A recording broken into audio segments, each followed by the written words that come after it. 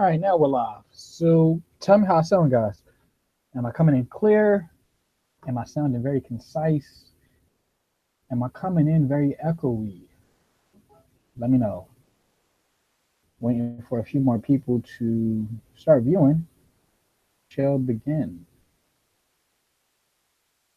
Also, if you want to be a part of the panel, just say so in the live chat to the right. So you can just write down, I want to be a part of the discussion or something similar. And I will send you the link as soon as possible.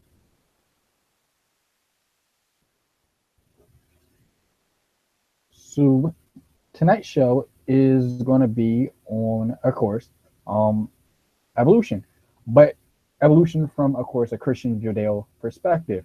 So what I wanted to discuss is how can Christians reconcile evolution with what they may have thought about original sin.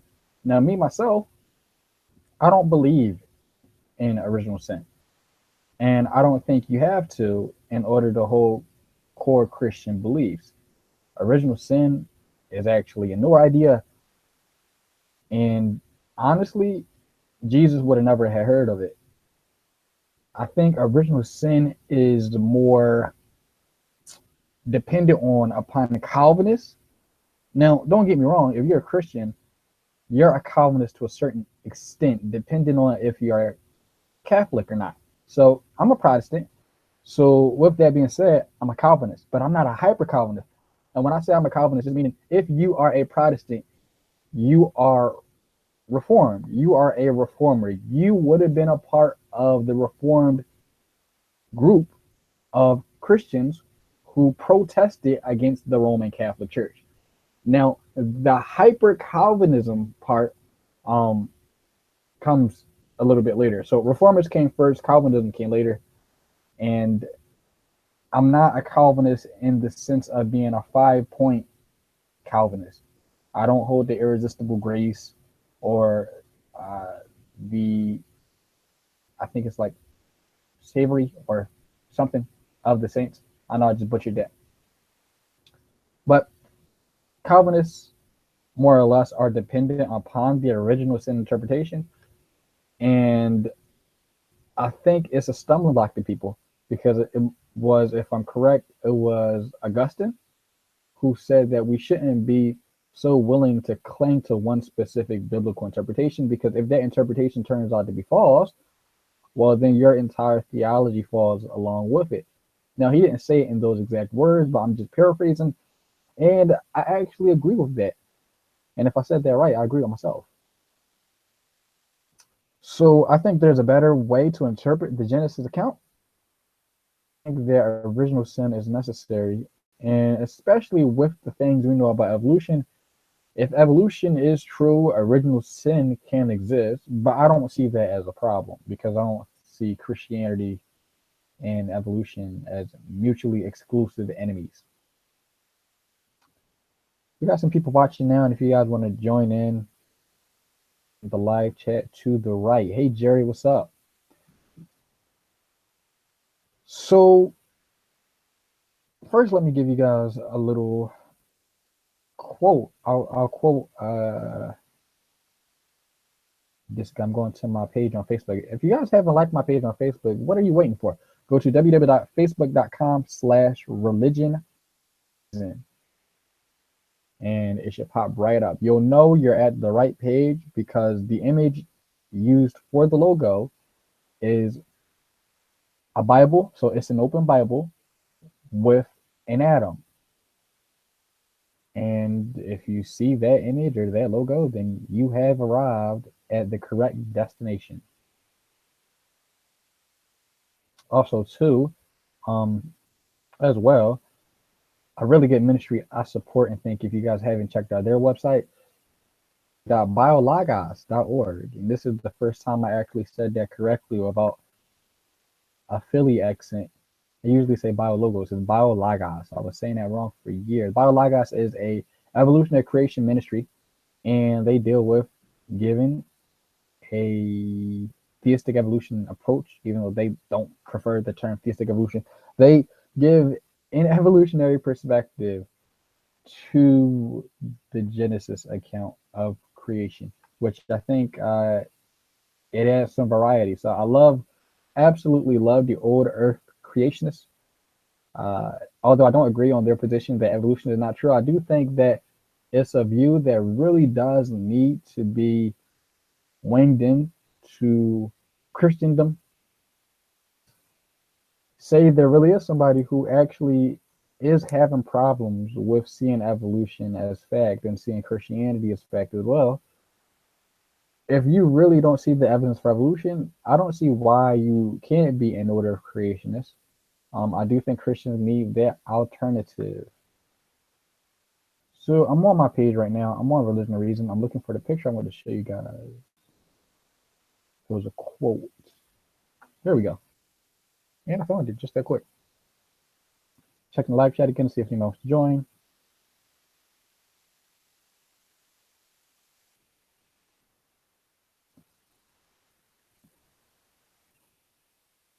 Hey, the doctor. What's up, man? What's up? What's up? What's up? What's up? What's up? Jerry says, no offense. He says, original sin to hyper Calvinism. You're so intelligent. You're driving yourself nuts. Love you, brother. Love you too. And the picture hasn't even loaded yet. There we go. I think it's loading. I'm going to share my screen.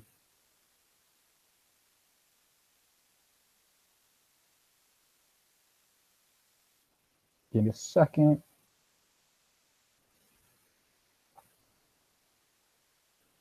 There we go. Perfect. All right. So this comes from Matthew Fox. He's a biblical scholar. So he says, Jesus never heard of original sin. The term wasn't even used until the 4th century. So it's strange to run a church, a gathering in Ecclesia. Ecclesia is a church or a gathering of people. A church does not mean building. It comes from the Greek word ecclesia. And so when Jesus said, I shall build my church upon this rock and the gates of hell will not come against it. They didn't know church the way us Westerners know church today. They didn't go to a building. So Jesus literally said, I shall build my gathering of people upon this rock, and the gates of hell won't stand against it. Just a little historical insight on that. So it's strange to run a church or gathering in Ecclesia supposedly on behalf of Jesus when one of its main dogmatic tenets, original sin, never occurred to Jesus. Sadly, Western Christianity is dependent on and chronically attached to original sin. But what they're really attached to is St. Augustine. The fact is that most Westerners believe more in Augustine and his preoccupation with sex than they do in Jesus. Matthew Fox in Living the Question 2.0. You can check out more of the stuff at www.livingthequestions.com. So I agree with that quote 100%. And it's kind of synonymous with the reaction I usually get to people who hold to the younger creationist view of the Bible, who will say that because I don't accept that the universe is 6,000 years old, I don't believe the Bible. Well, no, I do believe the Bible. I don't believe them. I don't believe their interpretation of the Bible. I don't believe in younger creation. I believe in the Bible 100%. I just don't believe you. But yes, original sin wasn't even heard of until the 4th century. Jesus was, in 1st century Nazareth in Jerusalem. Original sin didn't exist. So Jesus would have never, of course, heard of it. And so when we read a book like the Bible, we have to read it in its proper context, in its historical meanings, and we have to look at who the author's audience was. And if original sin didn't come about until the 4th century, and these are like when you talk about the Old Testament, ancient and 1st century people, like 1st century Jews and Hebrews, original sin wouldn't apply to that context because they didn't know about it. So what you actually have to do is you have to read in new information into the Bible that the author never intended. And that is dishonest and disingenuous. If I make a sculpture and people come up to me, or they come up to each other, and they make up the meaning of what the sculpture means instead of just asking the sculptor exactly the meaning for the image, right? It's not very honest. It's kind of, in a sense, I mean, I wouldn't say lying, but it is very disingenuous. Because the person whose opinion matters is the person who sculpted the sculpture. And so it would be in a person's best interest to first go to the author and find out what he had in mind when he was sculpting this image and what this means to him, because he was the one who made it. And in the same sense, I think we should do this when we're looking at the Bible, because it doesn't matter how we interpret the scripture. It doesn't matter how John Calvin interpreted the Bible. It doesn't matter how the reformers interpreted the Bible. You know, whose opinion matters when it comes to interpretation of the Bible? The people who wrote it. The people who wrote the Bible, their opinion matters more than John Calvin. Or what's the other guy's name? John Wesley. And even Molina, the guy who made Molinism, right? So that's just one thing I had to get off my chest. But looking at original sin and evolution and Genesis and stuff like that, you know, if evolution is true, and which it is, we know evolution is fact. The human race did not descend from a primeval couple. There was no first human. There was no first female. And so you have a dilemma. You have a problem, because original sin is now teaching evolutionary biology, or intelligence on, I guess you could say. Hold on, did somebody just come into the room? Yeah, you have a problem. Because then the biblical interpretation is going against the scientific interpretation, and now you have a problem, because now God's book of scripture is not aligning with his book of nature. And if the Bible really is a book from God, then the Bible should correspond with the reality that we live in. But if it doesn't, then of course it's not true. So in reading the Bible like a 5-year-old, we definitely do it a disservice, especially when we put, what's the word I'm looking for? We put constraints on it, or we put standards on it that was never meant to be on it. Like, for example, like we all know, like the Bible isn't a science book, right? Like you wouldn't go to the Bible so you can learn about nucleosynthesis.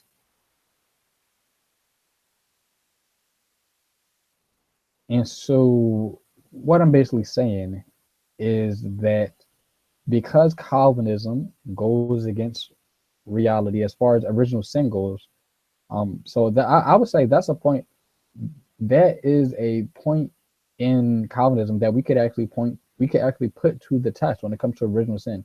They posit that Adam and Eve were the first people, when because they sinned, now we genetically inherit this sinful nature. Well, genetics is at the highest point it's ever been at right now in this modern age. Now we're actually at the point where we can actually use gene editing software, and we can genetically modify somebody's DNA. I've yet to see in a lab that we have any scientific evidence for the existence of sin. That doesn't mean it doesn't exist, but I think sin definitely exists on a spiritual spectrum, something extra dimensional, something that at least right now in our Euclidean 3 spaces we don't understand yet, or we at least can't scientifically prove. I don't think Paul or Moses was trying to teach us biology, and in doing so and taking the view of original sin, you actually do have to deny the facts. Humans came about as a population. We know there wasn't just one anything. things come about in groups, things evolve together. And I just think that the whole thing, once it comes to evolution, like it just totally destroys original sin. But that doesn't mean the Bible isn't true. Now, I know some people say, oh, well, if original sin doesn't exist, well, that means that there's no reason for Jesus to die on the cross. No. It's a really simple answer to that.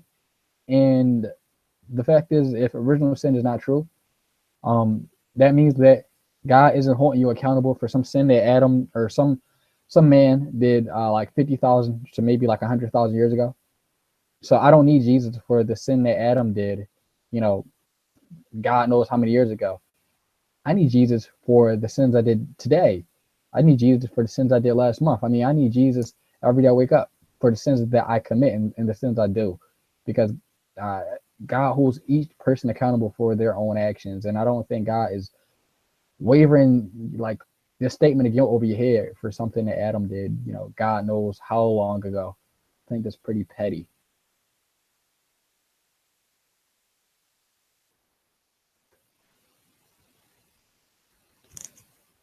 Yeah, sure, you can join.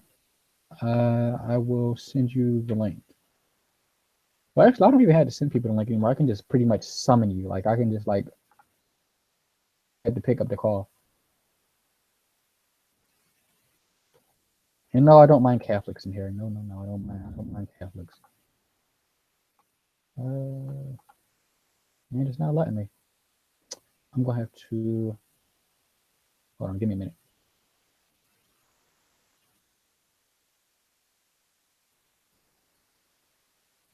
The simple way of how you could interpret it, you could just say like, no, we don't need Adam to make sense of original sin, or to make sense of sin in general, because we don't need Jesus because of some sin Adam did. You could just say the Genesis account is a story about how all of us have fallen into sin. Adam is a representation, or he's an archetype of all humans, and because we are human. Paul actually wrote it better. Paul said, all people die because all people sin.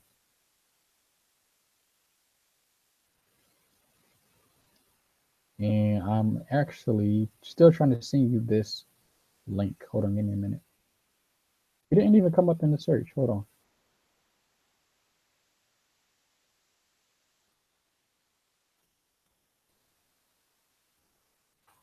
Nope, nothing. You're not coming up. I don't know.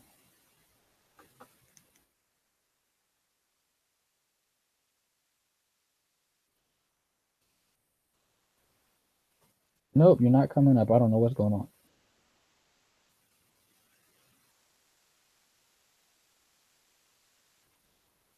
So, there is a more complicated explanation for how you can make sense of original sin. Yeah, I'm having issues. How about you just send me a message on Google Hangout? Just type in my name, Wayne Fillmore. I should pop up.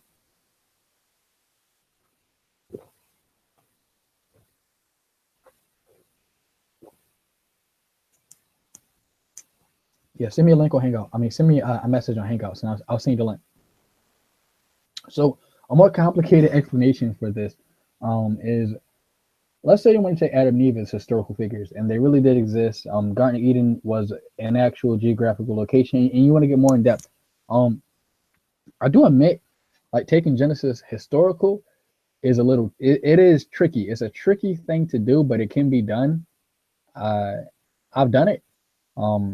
I actually compiled together a model with my really good friend General Han Solo. So if you look in my past videos, and I think you can go to the search query and you can type in creation model, and I basically showcase the model that we have, and I make sense of Adam and Eve from a historical perspective in the light of new evolutionary science. So that's really interesting. So if you want to say Adam and Eve were real, what's up? Oh, somebody just came in. Hey, LC, what's up, bro? Nothing really, just got off work. Whoops, sorry. Don't mind me. I'm just sitting here. For a minute, it seemed like I was in solitary confinement, like writing a letter to myself or something, because it was just me in here by myself on my own. What are you doing? What's this hangout about? Well, I'm talking about Adam and Eve from the perspective of evolution, but the main topic is how do you make sense of Adam and Eve if original sin isn't true? Well, because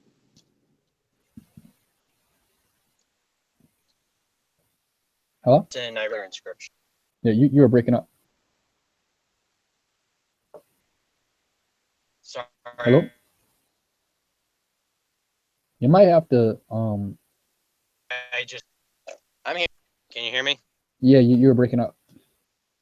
Maybe because I just got off work I have and I'm no not quite idea. home yet. Hang on. Are you driving home? Yeah, I mean it won't take very far from where I work, but a bit of a stressful night. I know I can hear it in your voice, man. I can hear it in your voice. But yeah, we've been talking about that. And yeah, so like I don't know if you know my position on that. I don't think original sin is true at all in the slightest. It's a completely new idea that came about hundreds of years after Jesus had already resurrected and ascended into heaven. Um, I mean, it's a simple explanation that Christians hold to because, of course, like Christians nowadays, I like what Auchi Wawa said. Christians today read the Bible like a 5-year-old, and so instead of going for the explanation that's complicated and true, people go for the explanation that is short term but false.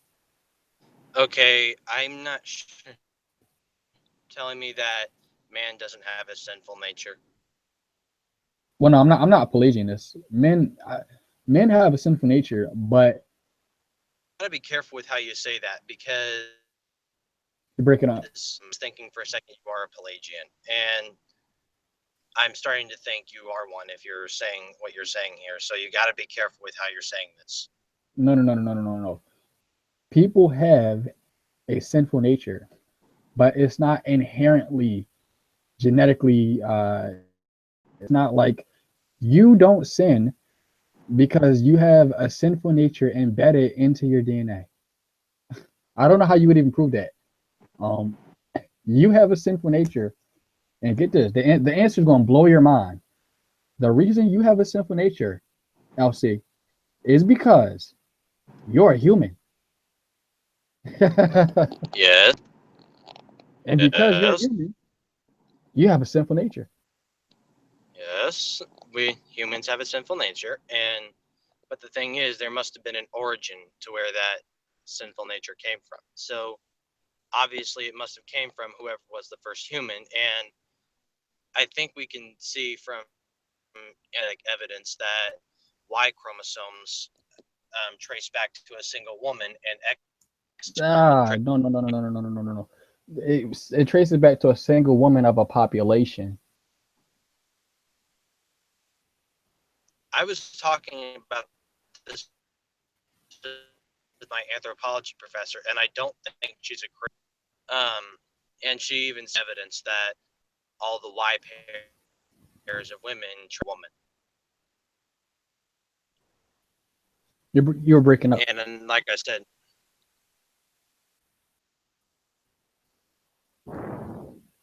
my professor said that chromosomes that we have today, there's genetic evidence that for this thing called the out of Africa migration. You ever heard of that? I can't really hear what you're saying, but from what I did hear, no, why chromosomal Eve? That's not the Eve that people think it is. It traces back to one woman of a population. So at best, what Christians who don't hold the evolution or whatever, what they could argue for is, oh, this probably was, I don't know, uh, Noah's wife or something like that, right? But it doesn't trace back to like one human, right? It traces back to one human of a population. Remember, evolution teaches that populations evolve together as a group.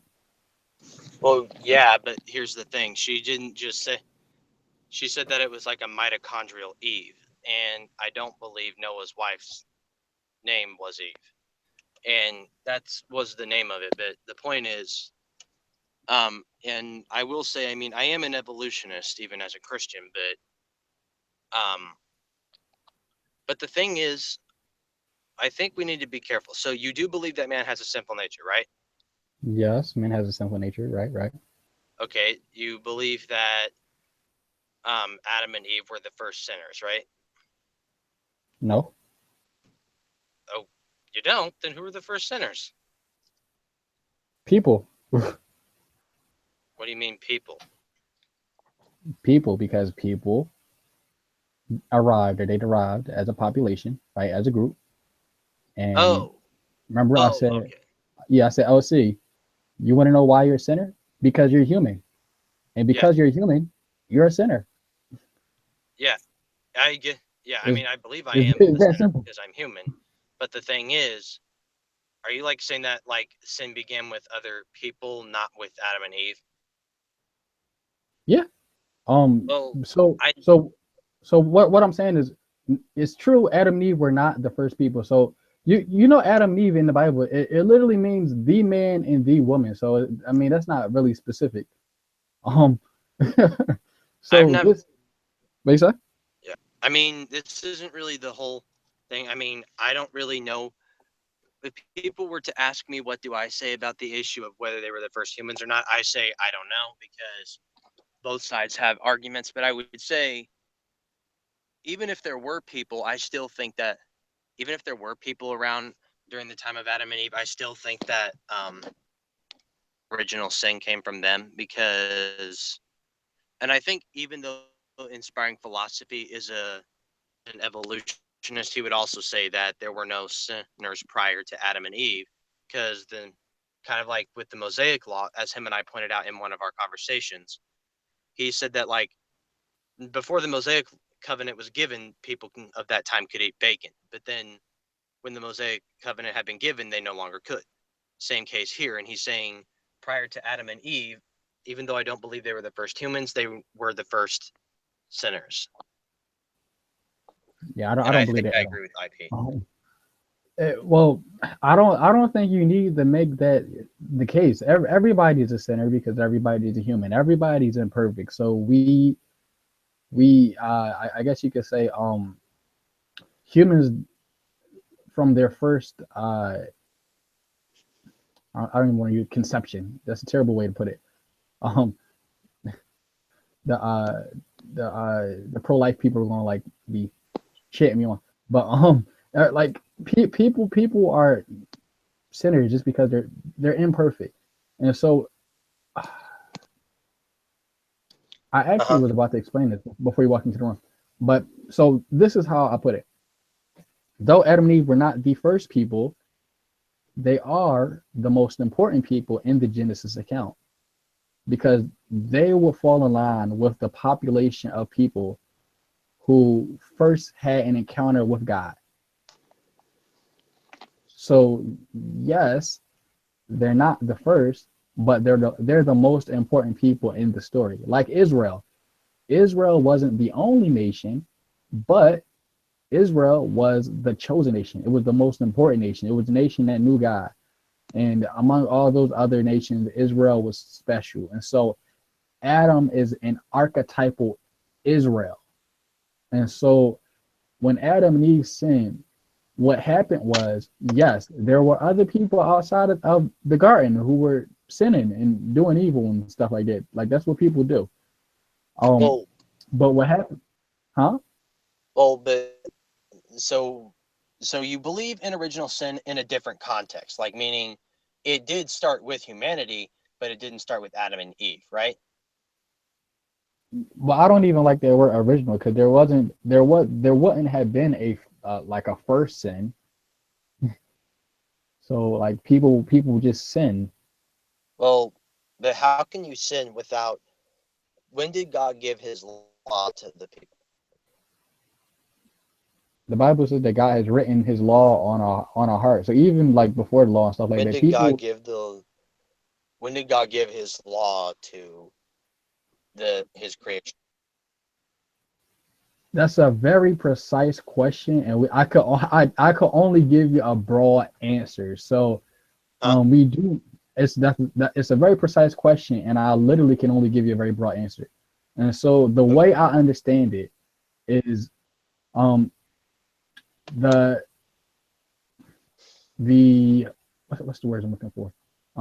Neurologically, the way our brains operate now, where we're able to come to rational conclusions and we can problem solve and make moral decisions, right? Um, we got this through the process of evolution, right? So we evolved to be moral animals, okay? And so the question of when did God give us the law? The Bible said that God has written laws on our hearts. And so my answer to that would be um, when people first started to evolve with the capability to make responsible and moral decisions, that's when I would say you could probably posit that's when God, you could say, wrote his law on our hearts. Uh, so you're saying that he wrote his law on our hearts when, like, before he told Adam and Eve not to eat from the tree of knowledge? And Yeah, because even before Adam and Eve existed, the first population of people, as they're evolving and as their brains are adapting and stuff like that, um, their brains are going through changes, and with those changes, right, people are evolving morally, right? Like they're learning about morality as they're evolving. I see. Hey, would it be all right if I asked CA if he wanted to join? Yeah, I think he's having a hangout though, so Oh, wait. that would be my answer. I know it's a broad answer, but because evolution works in the ways that it does, I can't give you like a name and a place and like what time it happened and the specific date. I can give you a general idea, but I don't think you need to know those specifics. The main thing is that people evolved to learn or to have the moral capacity that they have, and so that's when I would say that's that most aligns with the passage in the Bible where it said that God has written his laws on our hearts. I see. Um, uh, what was I going to ask?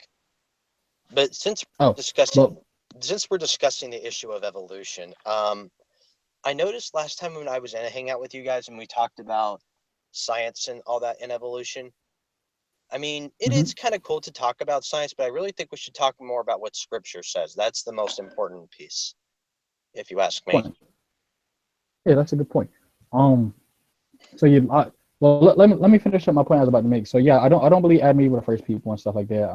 But they're the most important people. Don't Mhm. think their sins were the first sins. Their sin was very important to the story, though. It definitely did play a part. So I'm not saying it's insignificant. What I'm saying is, though it's not the first, it is the most important. When Adam and Eve sinned, and my interpretation of the account, if you want to take it historically, um,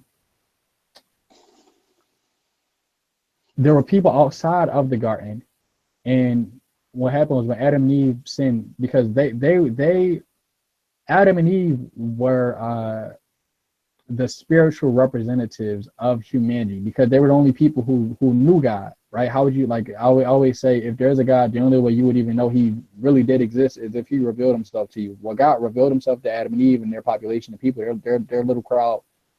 And what happened was when they sinned, they were now in the same boat. So the people in the garden were in the same boat as the people outside of the garden. Because the people on the outside of the garden, what made them different wasn't that they were sinners. What made the people on the outside of the garden was that they didn't have a relationship with God. And so when Adam and Eve sinned, it broke their relationship with God. And so now Paul talks about it and he says now um, sin because everybody died, or all men have sinned. Let me pull up the verse. Romans 5, I'm guessing. Romans something. Huh? Romans something. I'm looking it up. For all have. Man. Oh, no. I think it's Romans 5. Romans 3 is something else. Romans 5:12. I knew it. I think I can And already this is quote it anyway. For by one man's sin, death entered the world, and through one. And yeah, it says, therefore, just as sin came into the world through one man, and death through sin, and so death spread to all men because all sinned. And so when Paul makes this point, that's where I would like infer my point, and I would say, yes, it's true. Now, spiritual death spread to all men because now, yes, all men did sin because now the people on the inside of the garden were just like the people on the outside of the garden. They were spiritually dead and separated from God. And I think that's the most consistent interpretation of the scriptures because it has nothing to do with the science and everything to do with the scripture. But it just so happens that the interpretation doesn't conflict with the science. I'm not sure I would agree with that interpretation. I would say even if there were other humans, I would say that when it says through one man sin entered the world, and by death, what is it? I'm sorry, I keep forgetting. It says, therefore, just as sin came into the world through one man, and death through sin, and so death spread to all men because all sinned. And I would say spiritual death in the sense would be spread through them through the sins of Adam, basically meaning after Adam sinned, spiritual death is now sent to the rest of humanity. So actually, I would think that idea would be more consistent. So even if we did accept that there were other humans at that time, I think the more consistent interpretation is that when Adam sinned, spiritual death now came onto all of humanity. But even if there were other humans, they weren't sinning prior to the fall. That's just what I think is more consistent. But you do have to consider Romans 3. Romans 3:23, it says, for all have sinned and fallen short of the glory of God. And so that would make that verse inept because all men did not sin and fall short of the glory of God, except for, the people after Adam and Eve. I'm sorry? That your interpretation will make Romans 3 null. Because Romans 3 says that all men have sinned and fallen short of the glory of God. So you actually would have a problem. I don't see how that's a problem because I still believe that all men have sinned, and I'm saying they may not have sinned in the beginning. They did eventually sin because, I mean, God didn't create man perfectly like him. He can't create another God, but because even though I do believe they were sinless in the beginning, they still weren't perfect. Like they weren't omnipotent, they weren't omniscient, they weren't, omnipresent, etc. Well, are you saying so you're agreeing with me there was a population of people before Adam and Eve, or you're saying no, Adam and Eve were the first?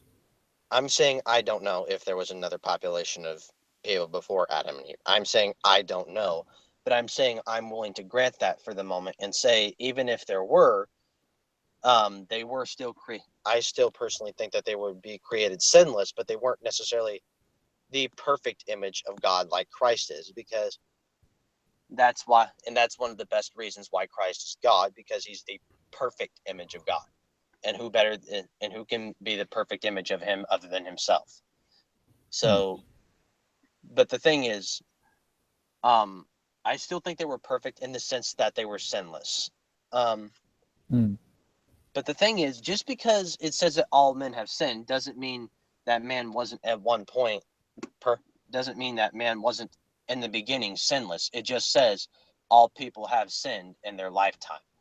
That's another way it can be. Yeah, but I think my interpretation is more consistent with that verse because I'm saying yes, everybody has sinned, even the people before Adam and Eve. Yeah, from the first population people, until today, every single person who has been on the face of the planet except for Jesus Christ, all men have sinned.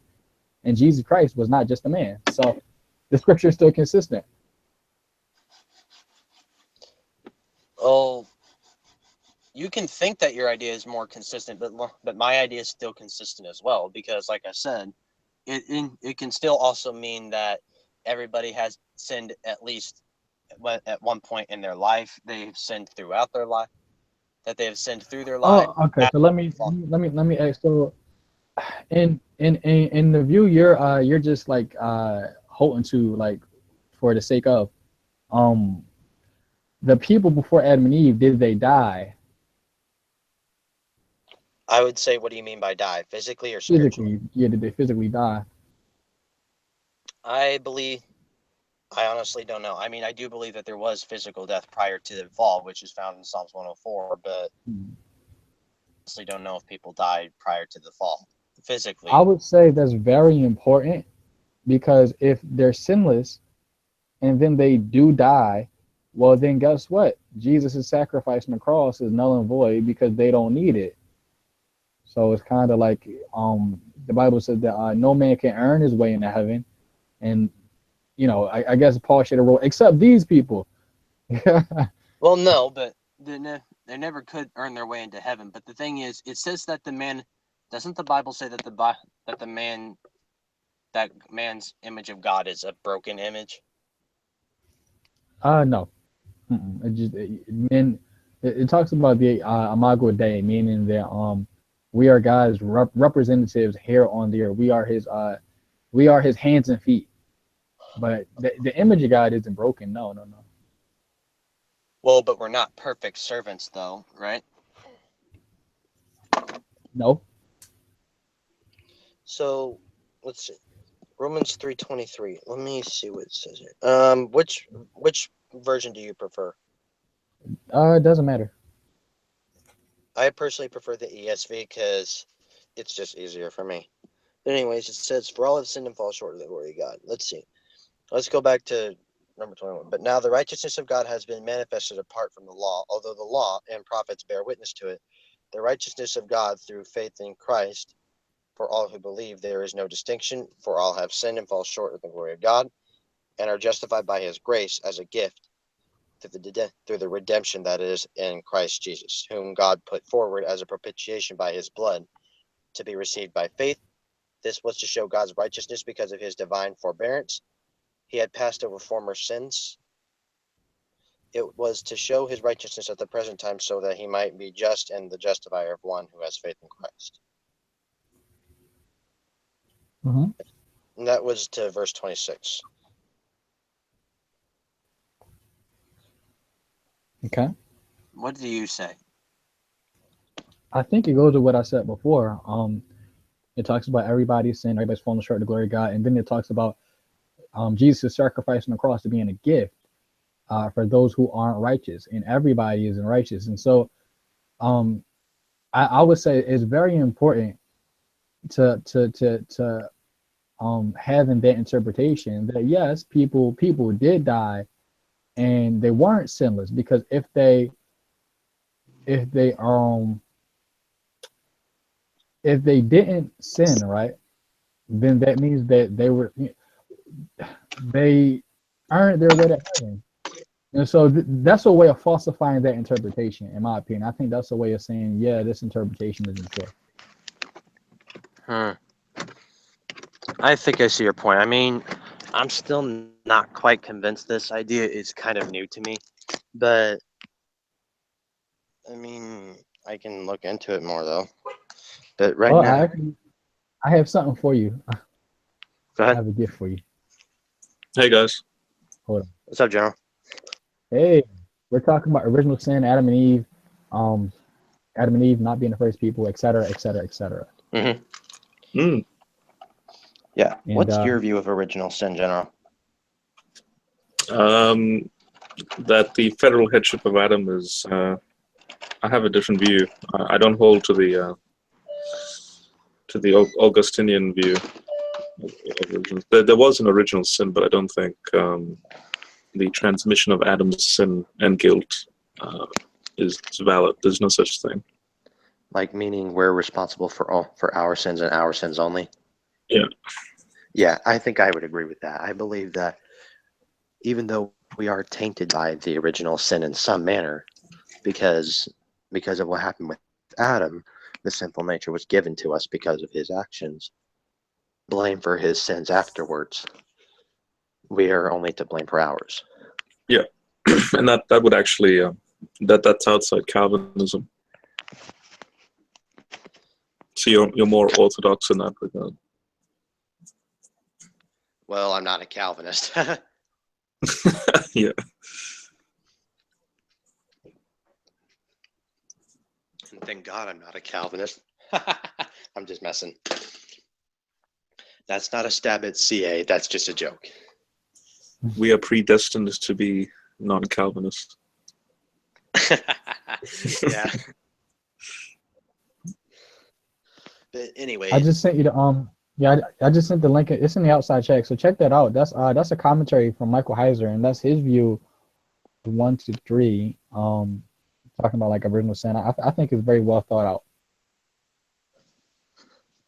By the way, Wayne, But I've been busy, but I've been reading in my spare time. Speaking of Heiser, I did a random Google search of his name, but specifically narrowing the results down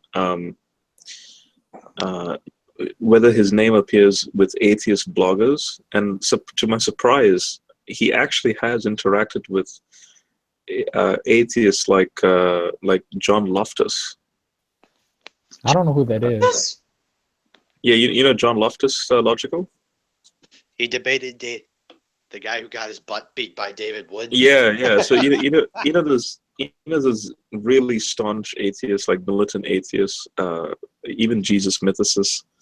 So Wait. to my surprise, there's been a few that's been interacting with Heinz, and I'm I'm currently reading through it, and Heiser is just so like you can just tell these guys are just stupid. A lot of guys are stupid who oppose Christianity. Because yeah. In fact, I want to screen share this, but just look at this. This is hilarious. Yeah, let me just bring this up, because we can even read the comments on John Loftus's blog. So here it is. I don't know if you can see this yet.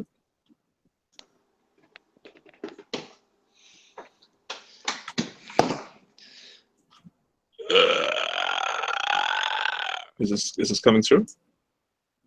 Yes. So Old Testament scholar Michael Heiser and I discuss Old Testament prophecy. So they had this like long discussion, right? And then in the comments section, look at this guy, this Harry H. McCall. One final thought on quote-unquote scholars. He's thinking that Michael Heiser is like not even a scholar. What? Yeah, it's just so like how these atheists respond. First off, Michael Heiser has got too much time and money in his education to admit he's wrong and leave Christianity, without which income context he might as well try to get a job flipping burgers at McDonald's. It's amazing the audacity of these atheists in their responses. Oh wow. Yeah, the audacity of these people, like it just baffles me, the things will say. I mean, I think the things that Muslims say are even weirder, but what can I say? There are some pretty surprising atheists out there. Yeah. All I could really say is that if an atheist is more inconsistent than a Muslim, then that's a pretty inconsistent atheist, because Yeah. most Muslims are pretty inconsistent, except maybe a few exceptions, like maybe Yasser Qadi. So here, John Loftus, he copied and pasted what he wrote on Heiser's blog.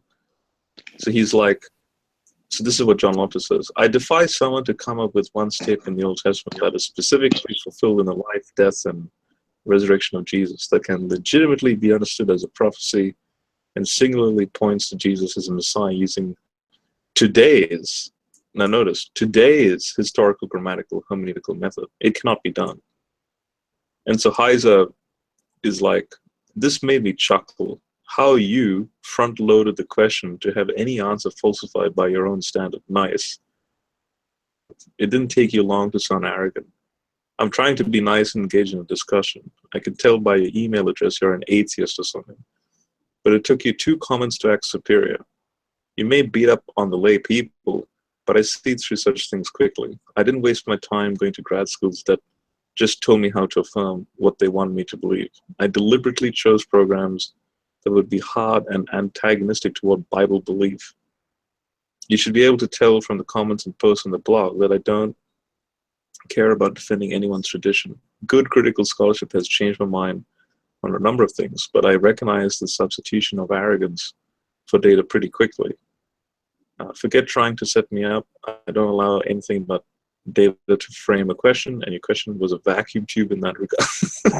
It's just, so in short, I'm not impressed. That's what Michael Heiser said. Yeah, that's what Heiser replied back to John Loftus. Well, he's absolutely right to say that. Loftus is just being arrogant. Heiser is just I don't know, just totally owning these guys. Yeah. The only thing that would be even funnier is when, or at least that's even funnier than when James White owns Shabir Ali for quoting a liberal scholar like Richard Bauckham. Right. It's like, I mean, a lot of people really love to quote liberal scholars like him. It baffles me. And then I'm currently, so here's another atheist blog titled Religion at the Margins by this guy named Tom Stark. And like, look at the title of this blog article, Heiser Learning. It's like whether it's written in such a way where it's like the reader is learning about Heiser or Heiser is learning himself. It's one of the two. It's very vague. So Heiser Learning, Michael Heiser's response to my criticisms.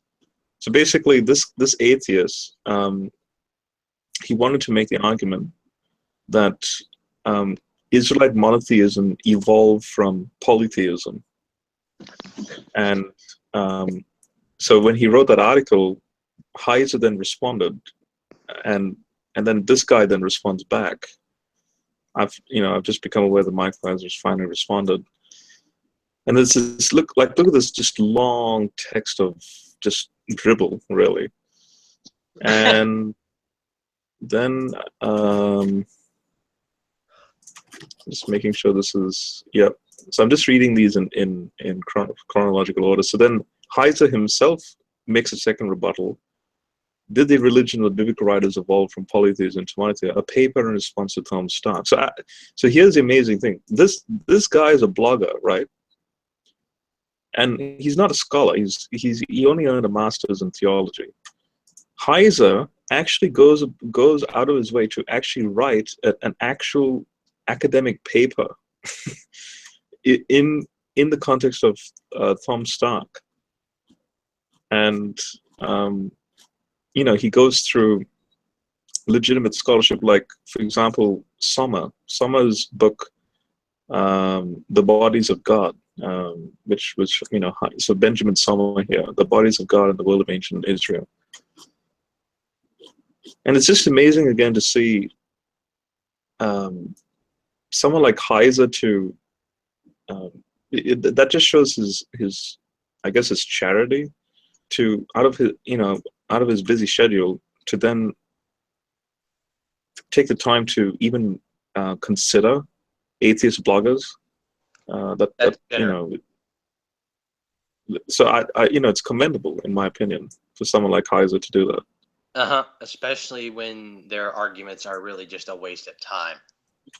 Yeah, yeah. And I just, because that's why I don't respond to certain people, because a lot of times it's really just a waste of time. And all I can really say is you would be surprised what kinds of things people will say, even when there is even though their ideas are absolutely ridiculous. I mean, you know what's interesting? I'm sure you all know Steve McRae. Am I right? Yeah. Well, anyways, here's the funny thing. And yes, Steve, I am calling you out on this if you're watching.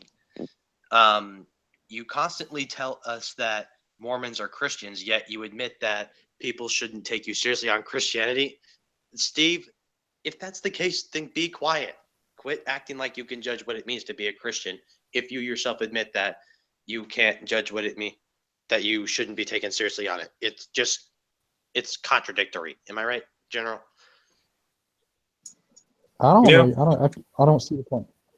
My point is, he admits that he shouldn't be taken seriously on Christianity, yet when guys like me, General, CA, and other people correct him and say Mormons are not Christians, Jehovah's Witnesses are not Christians, most Catholics are not Christians, etc. And then he gets mad at us or gets onto us. It's like, dude, shut up. Even you would. No. Well, oops. No, I have spoken to Steve about that before. I've told Steve that here's why I would say Mormons are not quote unquote Christian. I mean, semantically, you could say that, and here's the irony of the whole thing. You could say the Jehovah's Witness. Now, now hear me out on this. Jehovah's Witness, Mormons, all the cults, including even Roman Catholics, which I won't put the Roman Catholic under the cult category, but I'm even appealing to really, really heretical cults. They're all Christian, but notice the semantic nuance. Christian is basically a Christ follower. A Mormon is a Christian, yes, because they believe in a certain Christos, a certain Messiah, which ironically Jesus said that there's going to be false messiahs, and there's going to be a false understanding of who the Messiah is. So, yeah, Mormons are Christians, but they're following a wrong Jesus. Exactly. And the theology of the Trinity is not. The Mormons don't hold to the Trinity, and so on. So, I wouldn't say that.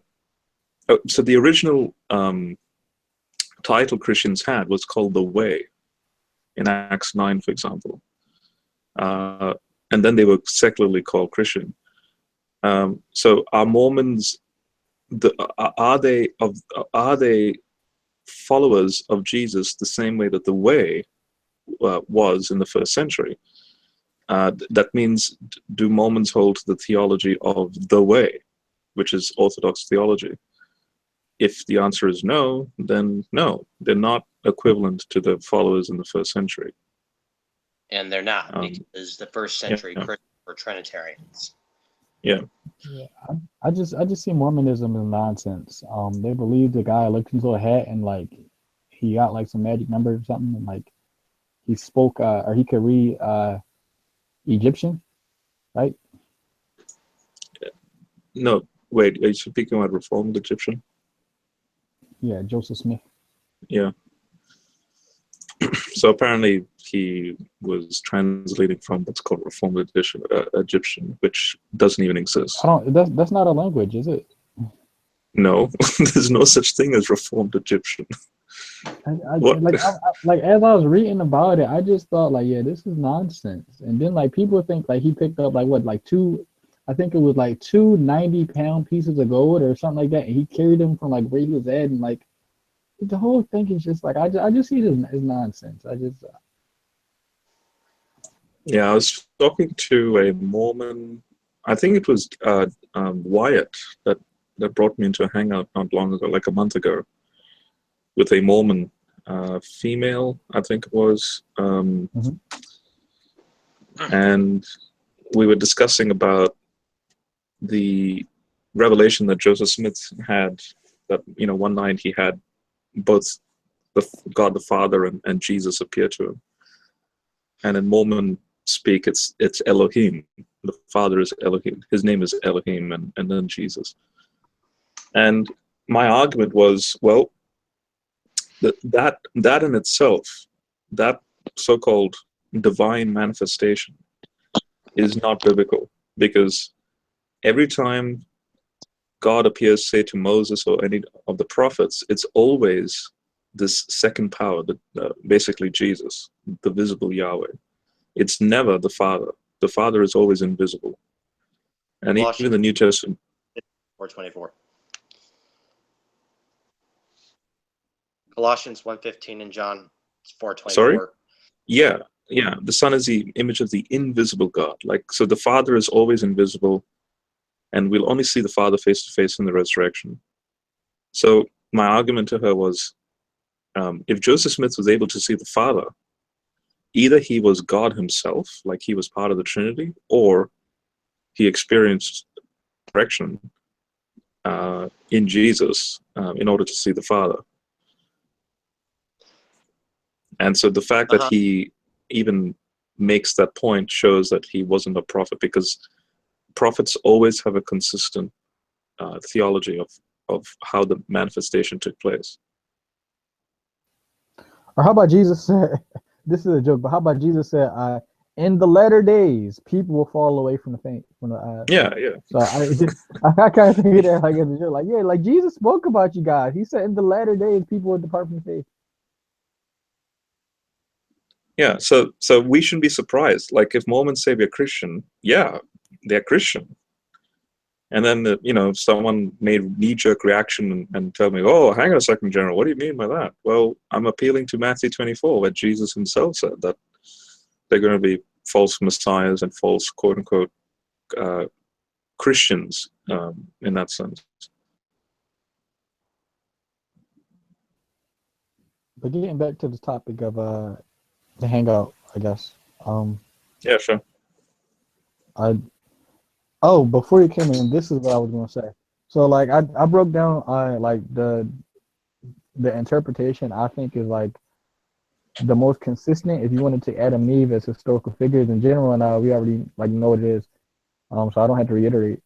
But you, like I said, you could take general as a meta narrative in the sense that it was a story for the audience to get them to understand that we all have sinned and we all have done something bad against God. We all have sinned. Yeah, I can take it a little while, but Right, I think it's much larger than that as well. So it's that and more. Yeah, that and more. So that's that type of interpretation. I would probably give that to my children, and then as they get older, I get into like the specifics. Like, yeah, Adam and Eve probably lived 50,000 years ago in the Near East, near Iraq, and Adam and Eve were Near East farmers at the end of the Ice Age, and then you get into like the specifics. But I don't think like if I had kids, I don't. But I think but I think that's the beauty of the text, isn't it? Because you can start off small. It's kind of like teaching maths. When you teach simple math, and then it becomes more complex as you grow older. So there's nothing wrong in teaching it like that, and then getting into the details as they grow older. Right. Somebody, his name is Average Joe. I don't know if he's an atheist or not. I think he may be, but that's irrelevant. His point was very good. He said he doesn't think of Noah's Ark as historical, and so his reason for thinking this, I think his interpretation of it is pretty beautiful. He said, though he doesn't think Noah lived or there was a real flood or anything, he said the basis of the story or the moral of it is to teach Christians about preparedness and basically knowing what to do in the event of a spiritual emergency. And you can relate it to a squirrel preparing for hibernation and getting its nuts and acorns so it can be ready. And so by the time the flood comes, Noah's prepared and he can get salvation and etc. because he prepared for the flood, and we're all preparing for a flood. I liked how he broke that down. Well, when was this article written? Well, no. This was somebody in the live chat. He's a part of he's a part of the Great Debate community. I think his name is like Average Joe or something like Oh, that. is he right now in it? No, he's not in it now. He was in it though. Okay. Yeah, But, just I'm having you know those atheists that Hunter and I debated mhm. like a few days ago. So one of the debaters, Negation of P, his name is, or Ned, I think his name was. Oh, I know He's who that is, nigga. Yeah, I know who that is. Yeah. Yeah, so he's actually currently reviewing my Noah's Flood video, the one that my lecture, my PowerPoint, and so I gave him my Google Drive and all the stuff for him to research in, and so he's currently going through that. And I actually re-listened to that the other night just to hear, like, to critique myself. And to be honest, I'm. It's interesting how when you re-listen, based on more research you've done in the meantime, like since that recording, that what I produced there is pretty good. Like it's like even listening to what you've written down, you don't realize it, but I started to notice that, hang on a second, wow, that there's some really good points in here that's appealing to more future research. And so I'm actually quite confident in my model in that regard. Like it's complementary to your model as well, and I think the Neanderthal question is still open. I think it's still a possible scenario, because remember that paper I gave you, Wayne, the Goliath and the genetic arguments that were given in that. Right. So I think Heiser wants to make it a supernatural thing, and maybe it's a bit of everything, really. So Well, yeah, I mean, it's supernatural because you can go ahead. It's supernatural because the angels are supernatural creatures, but once they leave their geometric space or their location, and they enter into our Euclidean, geometry, it then automatically is natural. So there is a way we could explain it, but I just don't know how yet.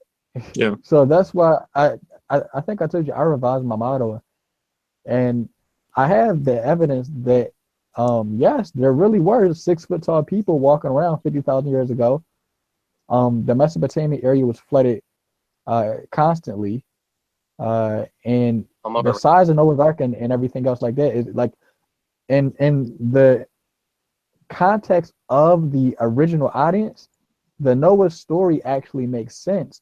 The only thing you actually have a problem with is biologically explaining how an angel could get a woman pregnant. Now, my argument would be and this isn't evidence. This is just an argument.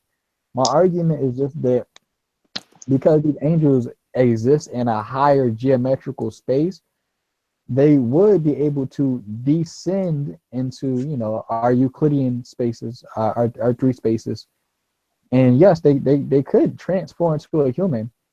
But why they produce humans that were 6 foot tall or whatever, I don't know. It could be, from looking at the paper that I read, they said the reason why there were 6 foot tall people walking around wasn't really because of their genetics. It was because they ate more meat, and so as a result of them eating more meat, their brains grew larger and their bodies grew bigger. And so the Book of Enoch said that the giants were always hungry and they had a really big appetite. I think Enoch might be a hyperbole. It might be like an exaggeration, but it could just be that the angels gave birth to these humans, And these humans have a really, big appetite, and they grow bigger. Yeah. Mystery solved. No, you were on, even like back in 2015, you were on point actually with the Book of Enoch thing, because the new book that's just come out, Reversing Haman, Heiser just brought out a lot of stuff in Enoch that I was like, oh my goodness, yeah, Wayne was correct. So I'm always right, General. I'm always so yeah, right. man. You ain't. Huh?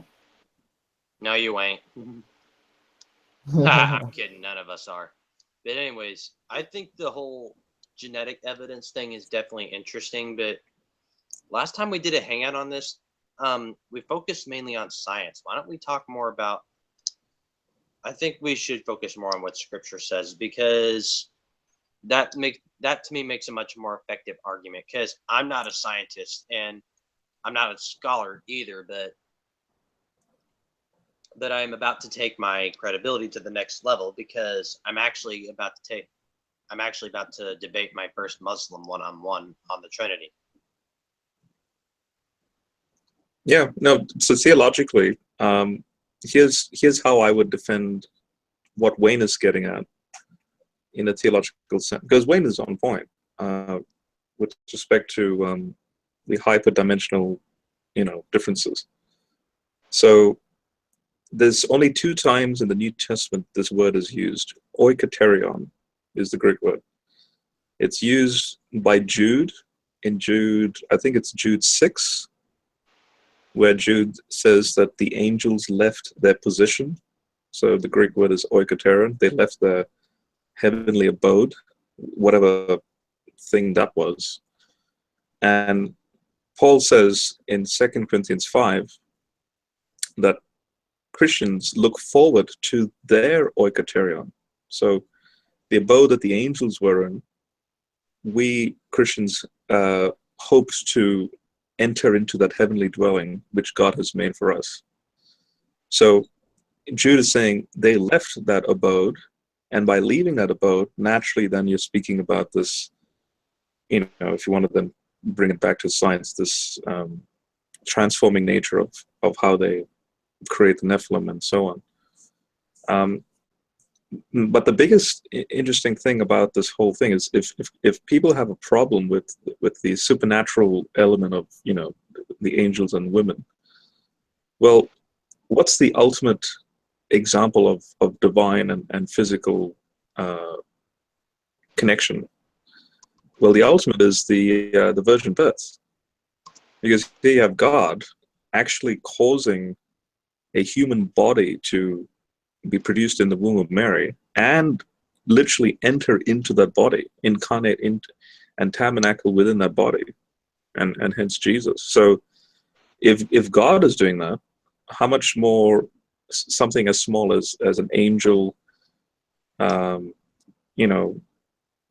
leaving its abode and then becoming like a human male and then doing what it did in Genesis 6. Like if God is doing that, and that's a much grander thing going on, it's a more absurd thing going on, then what happened in Genesis 6 shouldn't even be considered absurd. It would be more natural in that regard.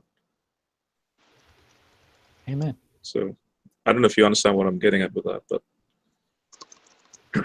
well, you know what I see when I think of like the angels and stuff like that, and then when you look at redemption, because I like what Ross said. He said whenever you see anything that has to do with creation, there's always a correlation between creation and redemption. And so if you want to think about the divine council and the angels, right? So we can look at it from the perspective of God had his original divine council of angels, and what happens is you see these angels being a part of this council, and they're very important and they're special. And there's a transition where it goes from these angels being a part of God's divine council to now us humans are being a part of this divine council. And so you see the angels are judging Job and all of us in our lives for what we've done. And then at the end of the book, the humans are judging the angels for what they did.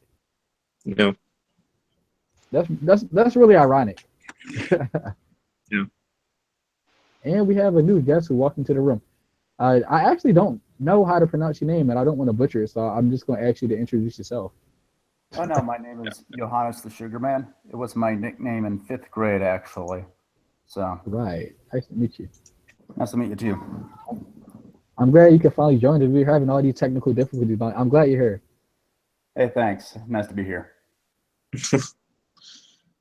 Yeah, Wayne, just quickly, Hugh Ross, in his 2001 book, The Genesis Question, he was actually critical about the supernatural element of Genesis 6.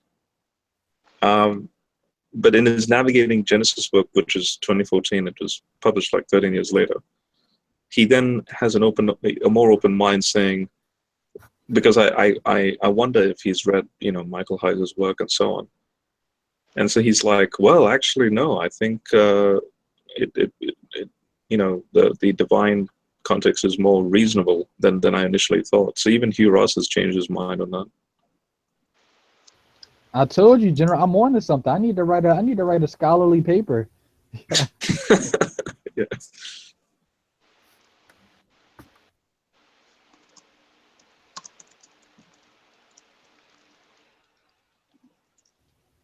But yeah, I didn't even, I haven't even spoken about this. I think I spoke about it with you, General, in private. But the video I made a video last week, and it was basically a criticism of the Vigilant Christians live video he had with Josh Peck. So Josh Peck is the host of Into the Multiverse. And oh yeah, I haven't checked that out actually. Can you tell me why he was attacking Josh Peck? No, he wasn't attacking Josh Peck. He was interviewing him. Wait, okay. Is this he was Josh Peck, or is this the guy who played Josh, or is this the guy who played Josh on Drake and Josh? No. This was another guy. So Josh Peck, heavyset, middle-aged, Caucasian man who hosts Into the Multiverse. Yeah, you can go. I actually like this show, although you would not really know unless he told you. Josh Peck's a younger creationist, which I didn't know until I asked him. Because we're friends on Facebook. Oh really? Oh so wow. Okay. Yeah, he was supposed to come into the Great Debate community and talk about this stuff, but I think he got sidetracked. Or I got sidetracked, or whatever. But just quickly, instead of him coming to the Great Debate community, which, by the way, I don't. I rather someone like Josh Peck, because I know Josh Peck is intelligent. He's not a low-hanging fruit, and I don't want Josh Peck to just be ridiculed, just unnecessarily, or not just that, to have just because he's a young creationist, for them to not see him as and actually like a reasonable guy, because he is, like, because I've seen some of his stuff, and I like he's this actually stuff. Yeah, he's actually a reasonable guy. He's not like a Ken Hovind or a Ken Ham or something like that. So if it's possible, before he even enters the GDC, I prefer if you can actually get him here and we discuss it as Christians, because I think that'll be more edifying. And then I'll try and work on it, because we still, oh my gosh, we still haven't even like picked up with Heiser, because I told you Heiser, he his schedule is like so messed up. So like the day we were supposed to interview him, I go and I email him, and he was like, yeah, like I'm already on a flight somewhere else, because he didn't really like check his schedule. He didn't double check his schedule. So I got to send him an email. That's understandable though. But he did put a post saying what he has to do. Yeah. So but we booked them 2 months in advance, so it's kind of like, really, but okay. So did he say when we can do it, or is it still like you need to reply back to him? It's still like up in the air. I got not even reply. I got to send him a new email, man. Yeah, no. Anyway, because I don't want Josh Peck to feel discouraged. He's actually a pretty nice guy. I like the guy. So I would rather have more of a inside discussion with him, and just to have him have a more open mind on that topic. Because Yeah, 'cause, we side with him on pretty much anything else in regards to his interviews with Heiser and so on. So yeah. because yeah, the video I was basically giving a criticism of was the Vigilant Christian. He was doing a video with Josh Peck on their interpretation of the flood, and I basically was just saying, well, and you know, I did say this in the beginning of the video. I said, like, this is not like coextension, like I'm not calling them heretics or anything. I just disagree on their interpretation of the flood and the giants and etc. So as I'm going through the video, I'm just saying, well, I don't necessarily agree with this, and I think this is a better view of looking at it. So when I get done the video, no longer than probably like an hour after I'm finished, guess who messages me on Facebook? The Vigilant Christian.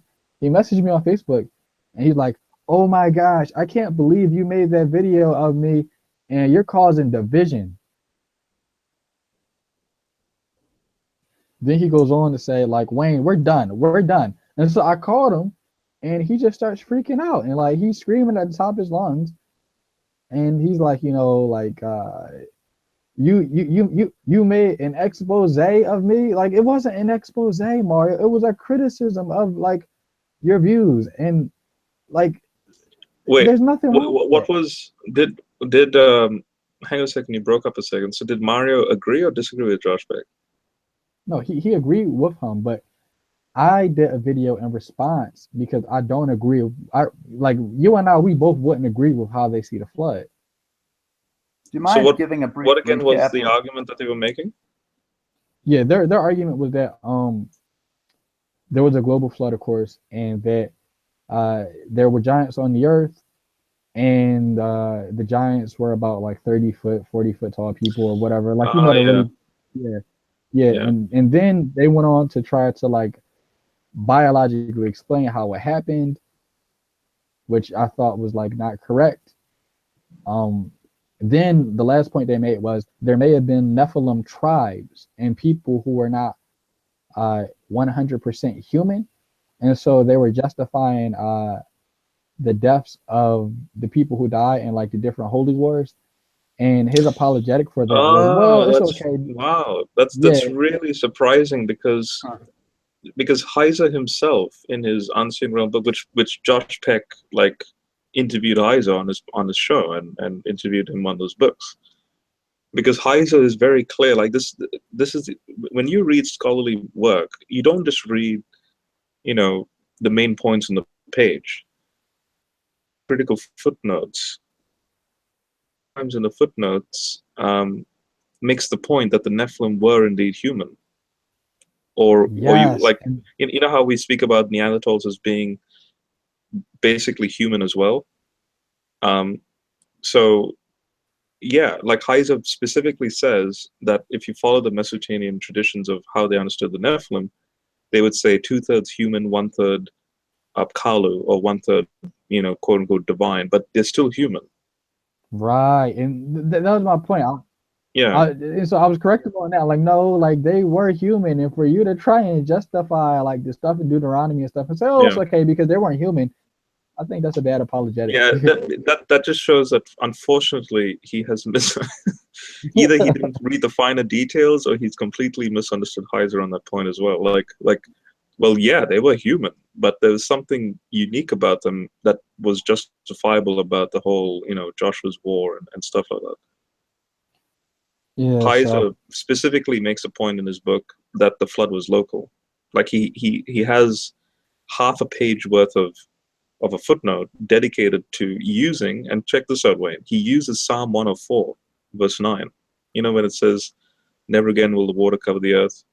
Bro, I think I told the story 1,000 times. You know, it was that specific verse. I remember.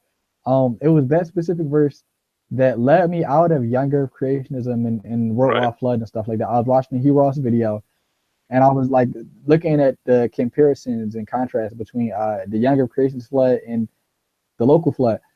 And after Hugh Ross quoted that Bible verse, I remember I stopped the video and I said, oh yeah, that's it. Like, that's the nail in the coffin. I'm done. I'm not believing this stuff anymore. Because flood geology, like if you undo flood geology, then you undo young creationism as well. Yeah. Yeah, so that's when the chains were broken, General. The chains were broken.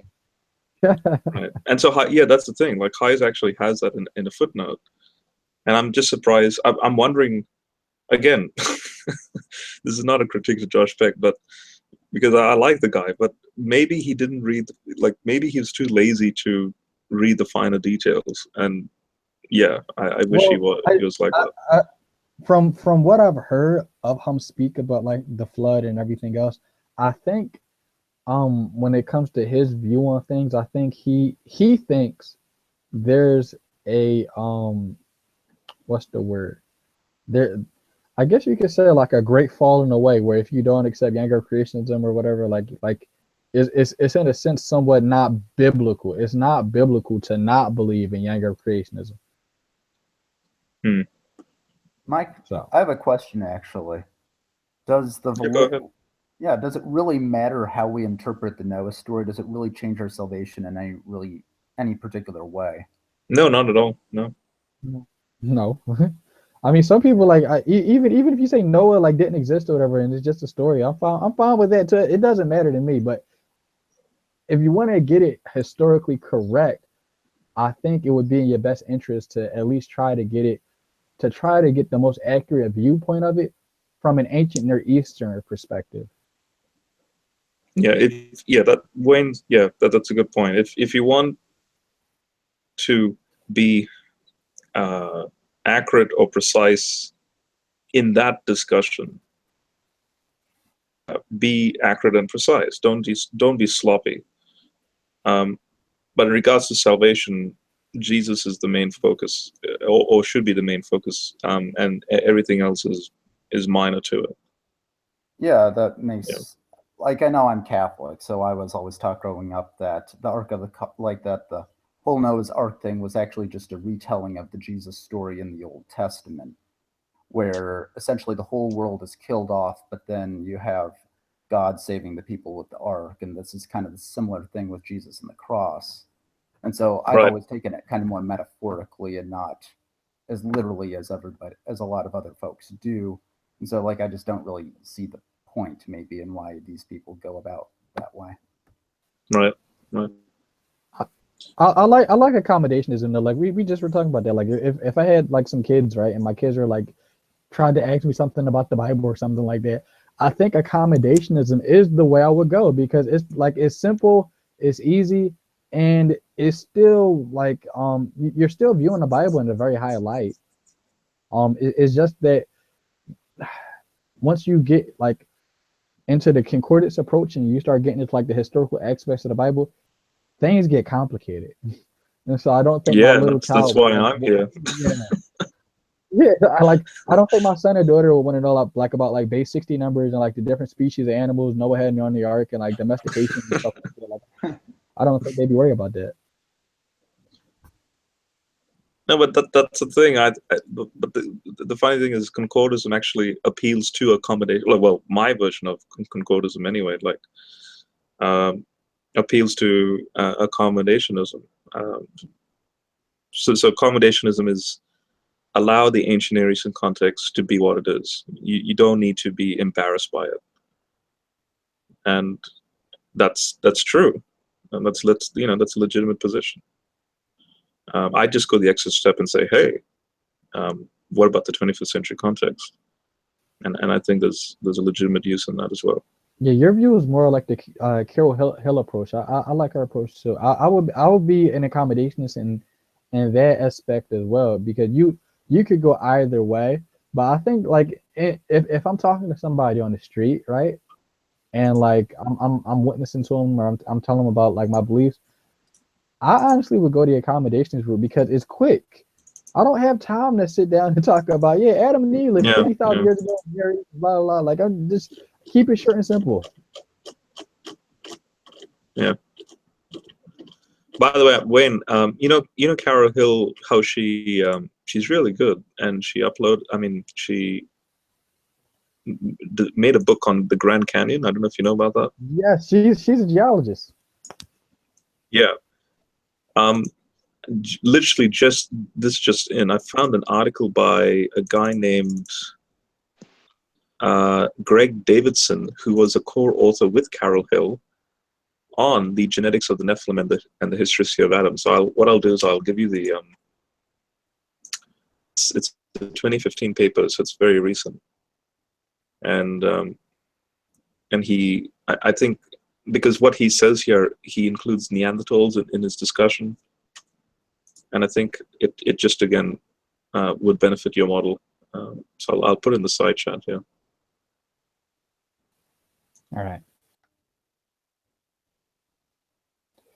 Even though like since my model has changed, like I would say like the Neanderthals, sure. I mean, you could make them relevant to the flood account, like because people were intermingling with them. But I don't think. Oh, they added a new feature to Google Drive. They now have the forgot what you called it. The picture, like when you send the link. That's new. Yeah, but, open it and have a look. All right, but yeah, I don't know where the Neanderthals like fit in the flood. Like, well, I don't know the relevancy. There you go. I don't know the relevancy of that. Like, I don't think that's really relevant to the story. With my new view now, like with my new view that I have now, you don't really need to bend a lot of things. You don't really need to like take the science and like try and explain a lot. I mean, like I like we know like there were 6 foot tall people living around that time, which would have been very tall because the average people was around like 5'5", 5'6". We know that Noah's Ark and everything like that is pretty reasonable from their perspective, right? Noah's Ark would have been the size of a small yacht. He would have been an ancient Near Eastern farmer. Mesopotamia was flooded a lot. So I don't think you really need to like do like I guess you don't have to put it on yourself to try to make like some new scientific theory or new scientific model. Like it's pretty easy to interpret it from my view now. Because I don't think you'd be able to scientifically demonstrate how the Nephilim intermingled with these women. We don't know. You need to. Hey, out Chihuahua. Hey. You're so quiet when you come into the room. You're so quiet and like humble. Yeah, I'm actually looking into things for moving, so I'm not. Yeah. Are you more of an introvert than an outrovert or extrovert? Yeah, I'm more of an introvert. I can dig it. You know, there's an article that came out like maybe like a year ago or something like that, and it said introverts make great leaders because they make great listeners. That's a good point. Yeah, So, that makes sense. I'll be right back. My cat is like doing stuff. Hold on. Let me see what this girl is doing. Yeah.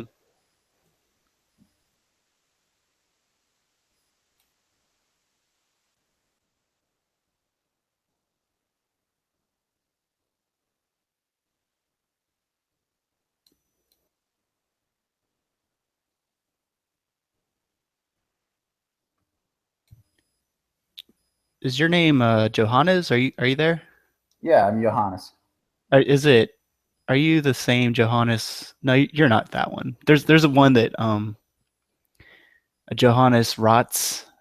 Nah. No, okay. Different. Yeah, He's no, the. yeah. Oh, do you know who he is? I don't. No idea. He's the one who kind of, I don't know if he invented it or not, but he started it. The whole view on what is it called? Where they had the quantum field and trying to relate that back to the existence of God. Like, you know who Inspiring Philosophy is? Yeah, I've seen a couple of videos on that show. Yeah, that's where he got his view about the quantum kind of quantum argument for the existence of God. Huh. Which I don't accept it, but who knows? Yeah. Well, I guess I'm a med student and I love science, but I like to have science separate from religion, if I can. Yeah, me too. Because the thing about science is we're always coming up with new things all the time, and if you try to like focus a theological argument into a scientific argument, then you just kind of mess up the theology, I think. Yeah, I agree. Also, Like, my whole thing with this, they were talking about the trying to fit science in the Bible and stuff. It seems kind of like retroactively looking back into it, because it wasn't written for us, I don't think. I think it was written for the people at the time. So it doesn't really make sense to me to kind of have a scientific kind of explanation in the Bible. Yeah, You know what I exactly. mean?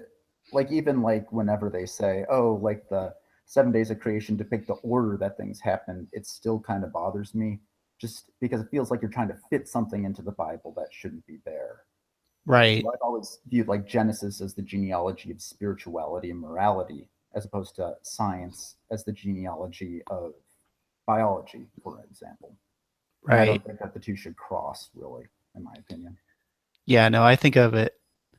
I mean, maybe there's some kind of metaphorical thing along that lines too. I think of it more of like they needed something to keep the rhythm for the poetry, because originally it would have been like a song, like Genesis would have been a song.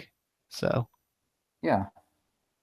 Actually, I also thought I read somewhere that actually the initial Genesis account was actually derived from a Babylonian creation myth. But when the Hebrews took it, they actually twisted it because in the Babylonian myth, at the end of each day, it was chaos. And they were trying to depict how the world was terrible and how nobody could make any sense of it. But the Hebrews, they thought that God was good, and therefore they created an account that actually did make sense. At least that was one theory I've been told. yeah, I kind of hold that position too. It's kind of like the theory that the Genesis was written as a response to the other myths, basically, which I think makes a lot of sense. Yeah, I Not think that so. it Yeah. doesn't mean that, like, Noah. I think Noah's flood probably has some kind of historical background still, Mhm. but I don't think it's like a straightforward. I don't think that's really the point. Yeah. So what are you guys talking about? Genesis, Just whether Genesis? it's literal or not. Oh, because I'm pretty sure Wayne is more of the non-literal interpretation. Yeah. I Because don't know. otherwise it makes you basically creationist without going Yeah. into too much detail. Well, if you follow Hugh Ross, you can still have a literal interpretation. I agree with the um, allegorical thing, but you can go literal that way too. Yeah.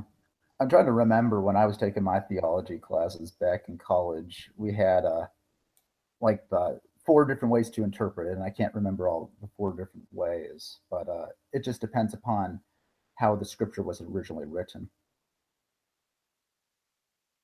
So you went to a religious college? Yeah, I went to a Catholic college. Oh, okay. I'm converting to Catholicism, so Oh, nice.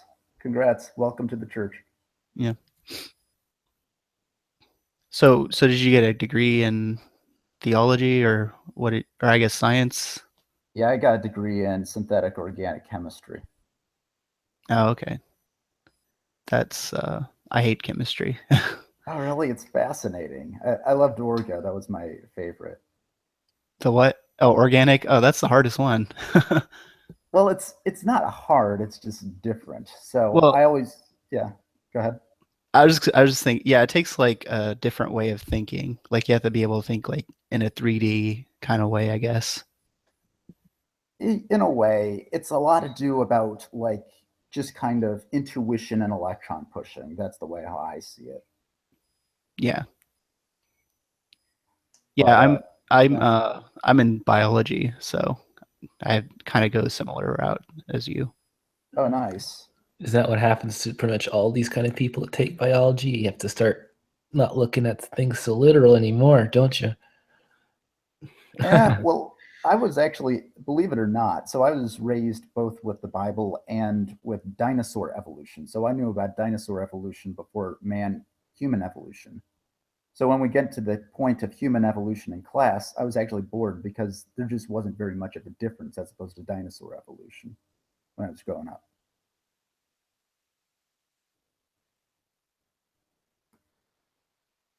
Well, that's one way to learn about it.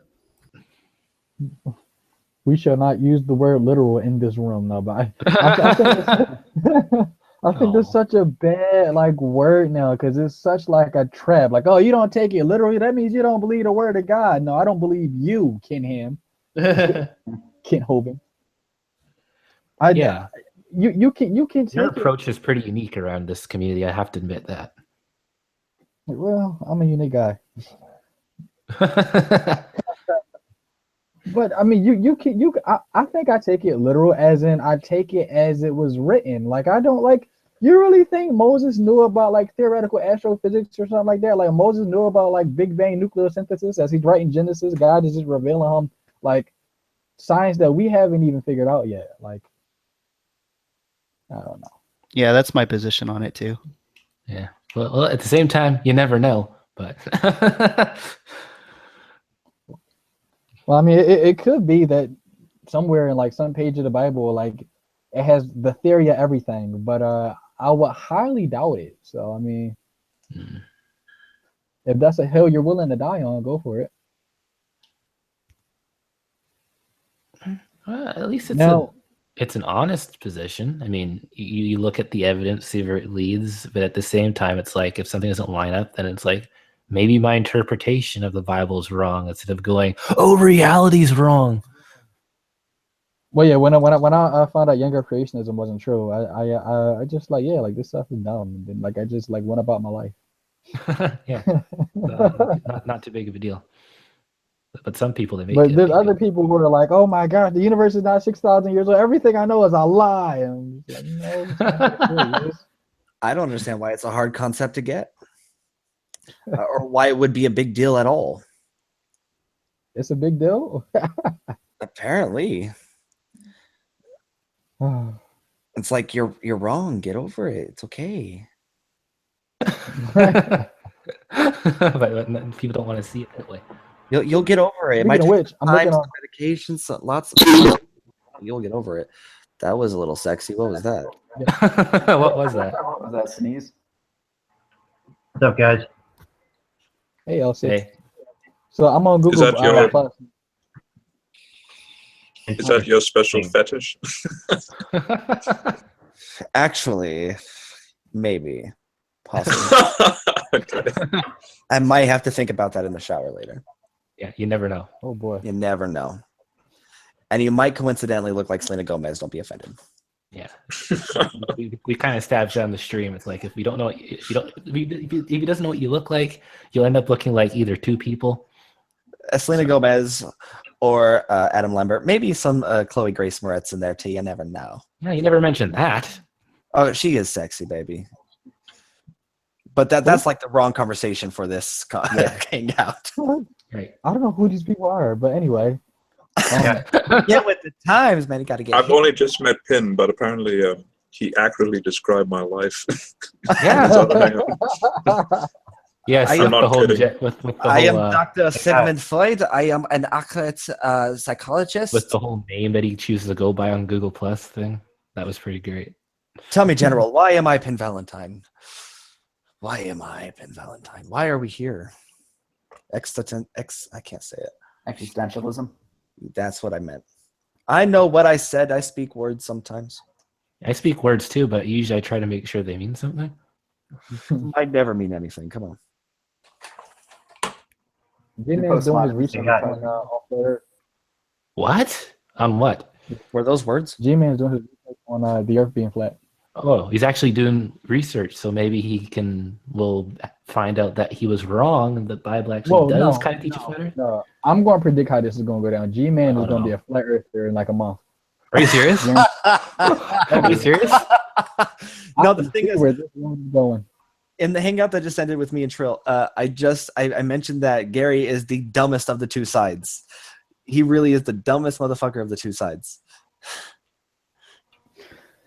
I don't bash anybody's intelligence. I'm just saying.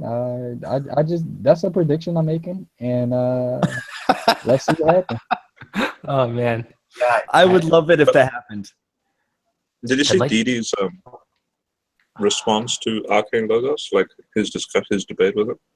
No, I do know that the two of them had it off. Because apparently it was I don't know if it was secretly recorded, but G-Man uploaded it on his channel, and it's amazing to see someone Oh like no, Petey. that wasn't secretly recorded. That was from Antonio's room. Oh, Like, okay. that was all live. I was actually in that hangout. Oh, okay. So it's just amazing to see someone like Didi, who I don't appreciate at all, Me neither. actually use the Who does? scientific method to defend, to critique the flat Earth. It's just amazing. It's like history's been made that you can actually agree with Didi's methodology, though. I find it interesting how polarizing this whole flat Earth thing makes it. Makes everybody in the community, like people that are Christian or whatever, versing each other over this. It's like stuff is like legendary to see, like G-Man go up against someone like MG42 Pillbox. Like, wow. When did So this here's what's so funny about it. Didi is smarter than Arcane Logos. Who is? Anyway, go ahead. I think the most interesting thing about the whole flat Earth thing is that for the same exact reasons that Gary G-Man denounces the flat Earth are the same exact reasons that I reject God and Jesus. The same exact reasons. I find it interesting is it's the same kind of justification that people use to believe in creationism. It's the same kind of justification that some of these biblical flat earthers are using, because they'll actually pull up Bible verses that say, "Oh, look, the Bible says that the Earth is flat," and then meanwhile you'll get someone like G-Man who's a creationist. He'll say, "Oh no, it's not, because look at all the scientific evidence and stuff that the Earth is flat." But does that mean you're not believing the Bible? But when you when you go back to these creationist people, read the Bible. And it says. Hang on. When you go back to these creationist people, it's the same thing with them. They're rejecting a whole bunch of scientific evidence because of what the Bible says. So it's for the same reasons. I'm not saying that the Bible for sure says the Earth is flat, but a literal reading of it, you can look at it and it makes it seem like the Earth is flat, even if that's not exactly what it's saying. I would say the Bible does teach that the Earth is flat in the Old Testament, but I'm okay with it because it's not a science book. I'm fine with it. That's what they believe because they didn't know. Much. You mean? Wait a second. Well, there's kinds of interesting things. Like, of course, I don't think it's really an essential matter, but of course, it seems like one guy doesn't seem to understand that. An idea isn't essential, isn't a cowardly act. Can I tell you about something I just found? Have you guys heard of Carlos or Trust in Jesus? Yes. Yes, he's one of Antonio's people. He says it doesn't matter whether a doctrine is essential or not. He's like saying people need to be more bold and stop resorting to saying the exhaustive phrase saying it's a non-essential issue, or Arminianism could be true and that's fine. He's like, no, that's cowardice, non-confrontational, ecumenical compromise. Also, us Reformed folk, Calvinists, sovereign grace believers, and so-called consistent Bible-believing Christians, or whatever you'd like to call us, need to be more honest when it comes to calling out false teachings. It's like, dude, it's not a cowardly act to say it's not essential. Okay. I think he stepped away, but I'm just gonna say he sounds like one of those people that was at the Kiss Miller Dover trial. He sounds like he's from Texas. I mean, it's like, listen, if you want to say that you don't like people preaching false doctrine, fine, but Arminians and non-Calvinists are liars, buddy. I guarantee you they are saying the exact same thing about you. You know what I mean? I don't think Calvinists are liars. I just think they don't have the bigger picture, because there are some things that Calvinism I would agree with. Like I do think God is sovereign, right? I do think God in a sense predestines things. Like he sets things in motion to go how he wants them to go. But I don't think like God is like controlling people and willing people to do evil and like irresistibly spiritually raping people. No, you're not. But you're not Calvinist. I just gotta ask if it's possible that me and Pin might have been one of the elect or something. But you wouldn't know that. I am the elect. Yeah, but here's the thing. So well, yeah, by definition. I didn't read his whole post, but this is basically what I'm saying. Recognizing that someone's position is possibly false isn't cowardice. I don't believe Calvinism is true, but I'm willing to say that I could be wrong. Or call me a false teacher. I'm not going to say that I have the knowledge to debate this, so don't start trying to argue for your side, because I'm not interested in a debate. Saying it's non-essential, let's focus on the essentials statement. It's recognizing that someone can possibly preach something that may be false, but it's not a strong enough lie to send them to hell. Oh, Denying the there you idea go. that Christ didn't die for everyone is not a damnable teaching, even if I recognize limited atonement is true. Oh. It is. And it's not cowardice to say that certain But who ideas knows? are false teachings, but they're not Maybe he didn't die for everyone, even though it I'm- kind of says he does. But we'll just ignore that part. Yeah. Calvinism's weird. Yeah. So anyways, and then I'll continue and say, for example, personally, I think that you are preaching a lie by preaching Calvinism. But do I condemn you? No, because even though I believe Calvinism is not a scriptural belief, to say that you are not a Christian, like I would say for Greg Stafford or Anthony Buzzard. I would go as far as to say they are not Christians because they deny the very nature of God taught in the Bible. Recognizing that the Bible is God's infallible word, but I think you need to be able to recognize that when you say Arminians are false teachers and liars, that those very same people are saying the very same thing about you. Dude, it's basically just tribalism at its finest. Like, Yeah, don't worry about it too much. I mean, it's like this with almost any kind of belief, not just religion, but even like political and other stuff as well. I mean, I understand where he's coming from. He's being logical, and in a sense, he is right. It is about whether it's taught in the Bible or not. But it's like, well, dude, some things people debate over because some things Scripture isn't as clear as it is on other issues. Like, well, no, Scripture is a little bit more. I would have to like 100% like disagree. Like this isn't even about like what's taught in the Bible, because Calvinism, of course, is not taught in the Bible. Original sin didn't come around until like what, the 4th century. Like none of these the people who wrote the Bible didn't even know about Calvinism or original sin. Like it came way later. So of course, like no, it's not in the Bible. So I don't think it has anything to do about what's in the Bible. I think it has everything to do with their ego. Oh yeah. Yeah, at least it makes them seem like the logical ones when it comes to the Christians in the great debate community, I guess. Because they have all these different. I'm just saying, if they appear logical from the outside, like maybe people like us who've dealt with them can poke holes at their arguments, but to someone who's just like an outsider looking in, it's like, oh, these guys kind of know what they're talking about. Yeah, but that's with anything. It seems that's like even with younger Christians. It's when you read stuff into the text that isn't even there. Like, oh my gosh, like I guess the universe was made 6,000 years ago. Like, oh my goodness. Yeah, you can do that. Wait, where does that say that again? Yeah, but you just gotta add it up. You know, just like okay. So I don't see like I don't see which verse was the one where Adam and Eve were riding on dinosaurs again? I can't find that one. Well, they call them dragons, even though dragons isn't in there either. Bro. Oh yeah, the same. That totally the same thing because dinosaurs breathe fire, don't you know? And Jesus rode on a town on a stegosaurus. Sure, it wasn't a velociraptor.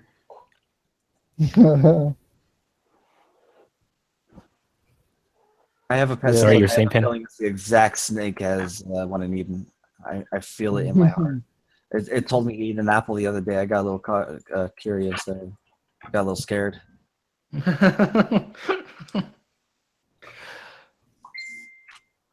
Though is like they make clicks, like not like, oh my gosh, like it's not even here on Google Plus. When I was on Blab, General, I don't think Y and I, we went on Blab together, and like there were like little Calvinist groups on Blab dedicated to like not preaching like the gospel of Jesus died on the cross, but they were just preaching Calvinism and Reformed theology. Yeah, and I remember I asked like it's all this deep philosophical talk, and I hate to say it, but it's just at the end of the day, it's like all this philosophical crap. It's like, who are you really winning with this kind of stuff? You know? No, like you're just talking among yourselves. They're not trying to win anybody. That's the point. Because they're elect. That's sad. And so it's just like it's more or less like the rich kids walking around downtown, like flashing their bling. Yeah. So I mean, like, the Calvinists are like the spoiled little Got, rich brats. got like five rings on all their fingers, and each one of them has like one of the letters of tulip. I got chosen. You weren't chosen because God doesn't like you. Like, okay. Yeah, you're not one of the elect, bruh. You got to get with this. But you can't, because that's actually up to God, man. And then I think Steve said he knows somebody who is a Calvinist, and he understands that he is not one of the elect, so he won't be in heaven. He's like, yeah, I'm a Calvinist anyway. Like, why? he's a Calvinist. I'm going to hell, but I'm still a Calvinist. He likes the self-hate. He likes the self-hate. It feels good to him. It's like, Well, to be honest, it does make sense, though, if you're trying to seek the truth, though. If you believe truly that you're damned to hell, it doesn't make sense to believe something weird to comfort you, does it? Yeah, I mean, you Well, can still believe that, but why would you keep calling himself? Right, like he should be a misotheist then. He Yeah. should say, yeah, like I know. He should be in my position. Right. It doesn't make any sense to keep calling yourself a Calvinist. Because I mean, like, technically, he isn't a Calvinist because he's not one of the elect. So I mean, like, Yeah. It's like, what you doing? So it's like, what's the point? If you're not elect, you think you're gonna all of a sudden be elect? Is that how that works? Is that how it works? Do I have to go to like Matt Slick and ask him that question next time he's on his? Oh wait, he's probably doing one of his radio shows, so he won't be available for Google Hangouts. guys, I gotta go walk my dog. I gotta go to my radio show. I love that. The in general. Like he just has to end. It's like feels like he just has to end like his show whatever early. He can't answer a question. Oh, I gotta go do my radio show. Hey guys, I'll just be right back. I'm gonna go into the Council Google Plus because. No, wait, General. Don't do it, man. It's not worth it. It really isn't. Are you seeing the discussion I'm having in there? I quit going. No, what's going on? Don't. So, I'm sick and tired of their attitude. I want to just tell them that I'm seeing it in the. Let me just invite. Wait. Send me the video link, and while you go in there, like I guess I'll play it, even though I don't really want you going there. But I don't know if it's right, but what I will do. If there's enough, what I will do is at least invite. Wait, can I invite Thaddeson? Like, will they kick you out? Dude, invite Pin. Wait, what is it? Where am I going? Invite Pin. It's just I'm sick and tired of the bullying. What is it? All they do is bully people who are not Calvinists. Yeah. Yes. It's a cult. It's a cult. I've told you this so many times. Calvinism is a cult. Yeah, the Council of Google Plus. I thought they only did their hangouts on Sundays though. In fact, what I'll do is I'll read. Let me just. If there's enough space, Pin should probably get the spot. They sound like. Let me just screen share this so you guys can see what I'm talking about. Yeah, hey, if you're going into that conversation, I got your back, man. This might turn me on a little bit. If something pokes you in the shoulder, ignore it. Just go with it. I know that you're probably getting a lot of shit from them. Let me screen share this right now. I thought you don't even bother with those kind of people, Logical. No, but no, I didn't.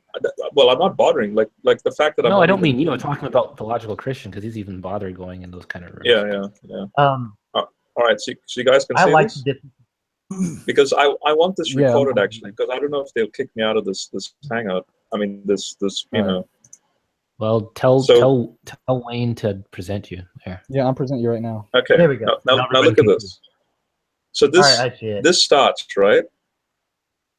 Okay. Now, when you open this Google Doc link, okay. Let me just see if this works. Oh, see, they've changed it. Okay, let me just show you what they originally had. Let me just open this up because I saved it.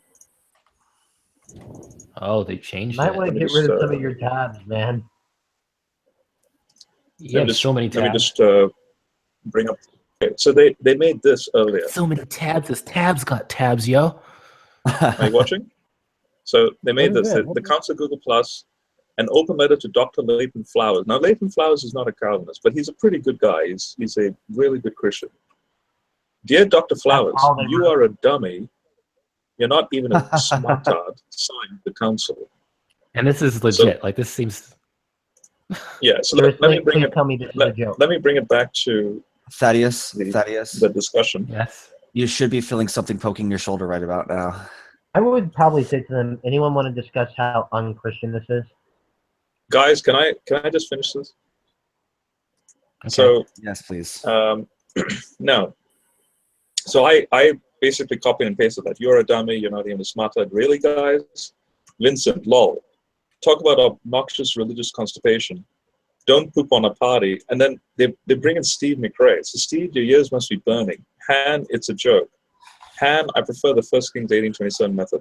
What that verse is speaking about is when Elijah makes fun of Baal, that he could be sleeping and so on. So now that is very rude because they're saying it's basically like saying that Leighton Flowers is like Baal.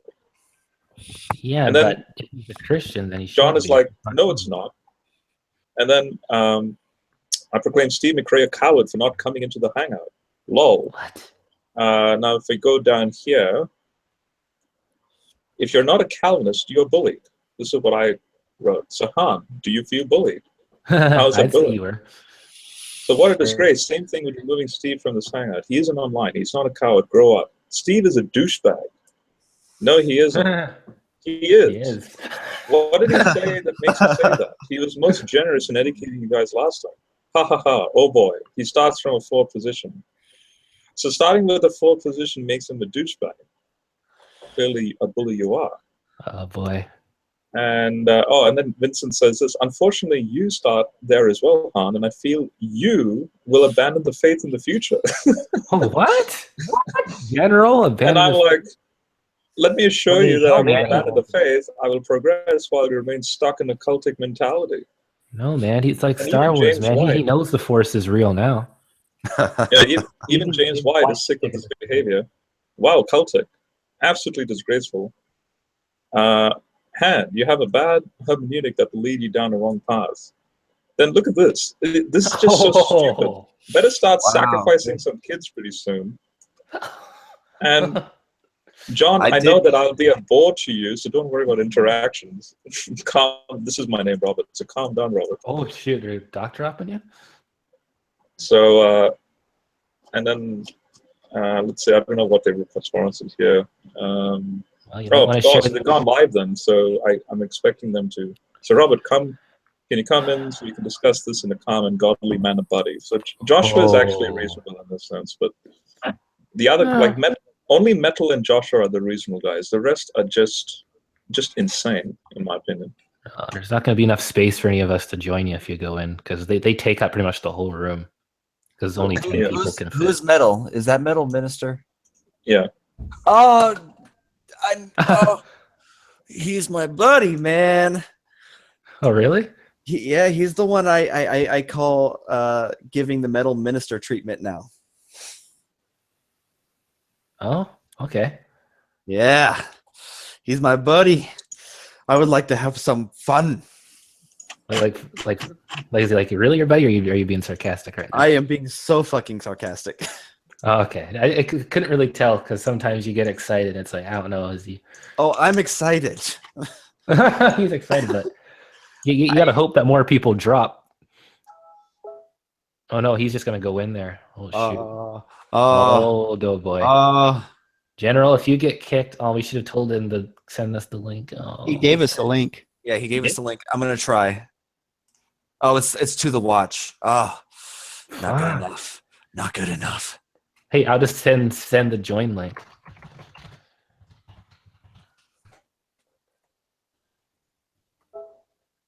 Have it ready. So yeah. Yeah, so that way if he gets kicked, I guess one of us can have a shot.